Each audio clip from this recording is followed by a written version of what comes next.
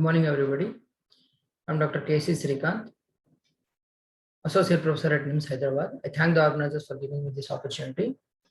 HOFA fracture, as we all know, is a unicondylar intra-articular distal femur fracture with a fracture in the coronal plane. It was described way back in 1869, but it is named after Albert HOFA, who reported in 1904. We all know this EVA classification of distal femur fracture, A, B, C. B is partial articular. Of our interest is B3 is a coronal fracture, B1, B2 sagittal coronal fracture of the posterior condyles, while B3.2 is unicondylar coronal HOFA, B3.3 is bicondylar HOFA fracture. HOFA fracture we see very commonly in distal femur fracture, supracondylar, intracondylar fractures of almost around 38%. It is said to have HOFA component. Pure HOFA fractures are very rare, occur more frequently in the lateral condyle than the femoral condyle. Open injuries are more likely to be associated with bicondylar HOFA fracture. How to manage the personality of the fracture? We need to study the personality of the fracture with X-rays, AP, lateral, oblique views, and CT is very useful, as we will see, to plan the surgical approach and fixation. Personality of the patient. What is the patient? What are his physical demands? What is his occupation? We should explain the patient that the stiffness is one of the important complications of this fracture. And absolutely no role of conservative management because it is an intra-articular fracture. Traction and closed methods of will not work usually. And almost always we need open reduction internal fixation because it's an intra-articular fracture. Lateral classification described long ago. Type 1 on a lateral view, the fracture line is parallel to the posterior border of the femur. That means a large posterior condylar fragment is there. Fracture line is often located where ACL and LCL attach. Type 2 is a horizontal fracture horizontal to the base of the posterior condyle. Type 2 fractures again A, B, C depending on how far they are from the posterior cortex. Like fractures like C, which are very far posterior, almost a divide of soft tissue attachment, like free fragments, have less vascularity and may be attached with just a posterior capsule. But type 3 are oblique fracture of the femoral condyle. The fracture line is anterior to joint capsule, ACL, LCL, popliteal tendon, gastrocnemius. So it has good soft tissue attachments, type 3 fracture.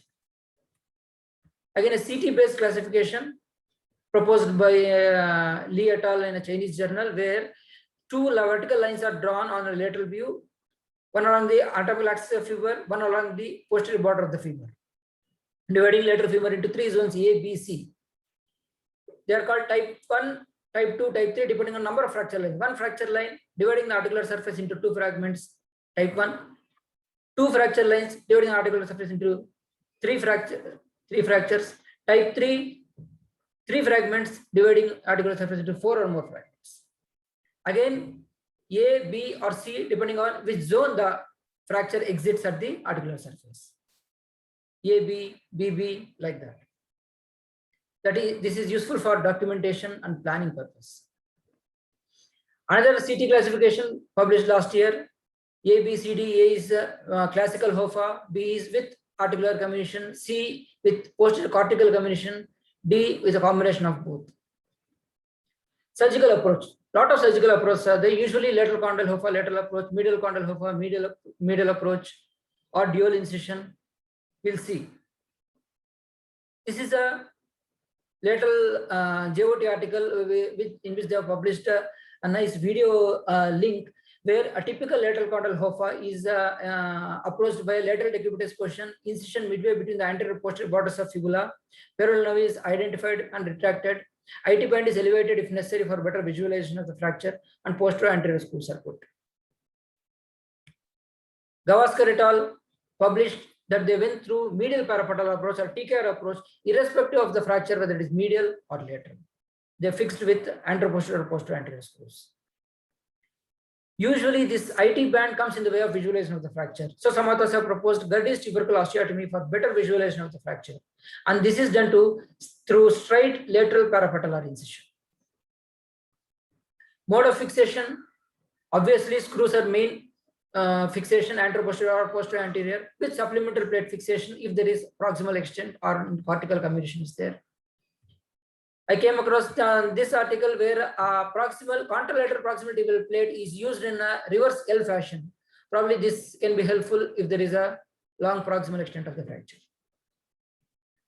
Some case examples: a 47-year-old male on AP hardly visible fracture, medial condyle fracture. On the lateral or oblique view, this fibular head is opposing the lateral condyle. So this is medial condyle, medial HOFA. Medial HOFA needs more stability because a lot of forces act on the medial surface. Apart from the anteroposterior screw fixation, distal radius plate was used to buttress the fracture. And this is a clinical outcome. 52-year-old female, I borrowed this X-rays from one of my friends, had a lateral condyle fracture. CT is a posterior fracture, so they went through posterior to they put posterior anterior screws by exposing the common peroneal nerve, and this was for the fracture patella fixation. That's a clinical outcome. 26-year-old female, fracture not clearly visible on AP view, on lateral view it is clearly a HOFA fracture. In fact, even on CT I could not visualize the fracture properly in an AP view. So it was indeed a bicondylar conjoint HOFA fracture. By conjoint we mean both the posterior condyles are in connection with each other.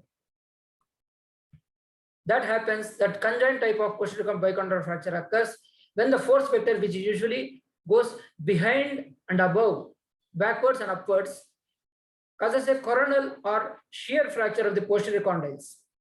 But then when the knee is hyperflexed at the time of injury, probably instead of conjoint fracture, this kind of bicondylar HOFA occurs. We went through a Schwarzbachler approach, exposed both the condyles. Interestingly, these fractures reduced in hyperflexion and anterior drawers. We have to reverse the deformity which has caused the fracture, which is a force which has caused the fracture. And that is how they are fixed with anteroposterior. I should have probably put a plate here. 18-year-old male, open type 3B fracture, again bicondylar HOFA, fixed with anteroposterior screws. It was a compound fracture, skin grafting was done, axial fixator was done. 18-year-old male, again a compound fracture, bicondylar HOFA.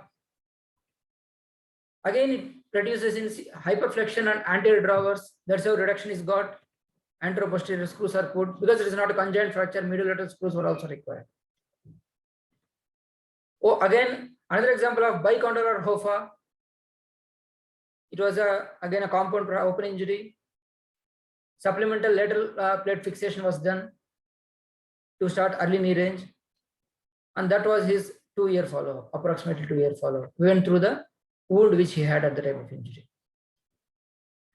65-year-old female, I borrowed this from one of my friends who posted in a WhatsApp group, like how to go about this fracture. Bicondylar HOFA clearly. Some advised Schwarzbachler approach, some advised dual incision approach, medial lateral. I strongly recommended to go by a TKR approach. And that is how he went. He was extremely thankful for this approach. You could visualize the fracture well, put 2 plates on either side. That is immediate post-op. That is a 3-month follow-up. So to conclude, HOFA fracture is a common as a component of distal femoral fractures. Isolated HOFA fracture is rare. Bicondylar HOFA fracture is even rarer.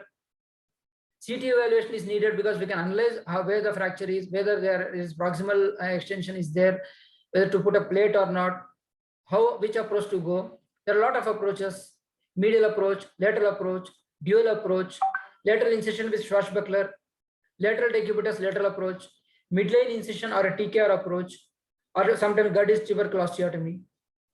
So planning is very crucial.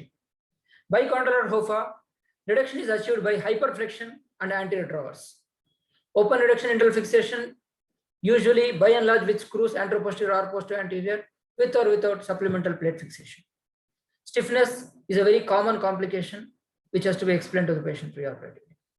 Thank you for your kind attention.